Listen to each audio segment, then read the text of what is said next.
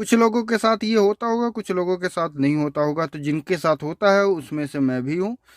बरसात में आप कोशिश करें कि हैंड ब्रेक पे ना खड़ी करें गाड़ी, क्योंकि ये क्या है, जैसे आप गाड़ी खड़ी कर लाते हो तो इसके ड्रम हीट रहते हैं, तो मॉइस्चर नहीं रहता। खड़ी कर देते हो, धीरे धीरे एटमॉस्फेयर से मॉइस्चर लेता है, फिर ये सूजता है। जब सूजता है तो आपके ड्रम को पकड़ लेता है।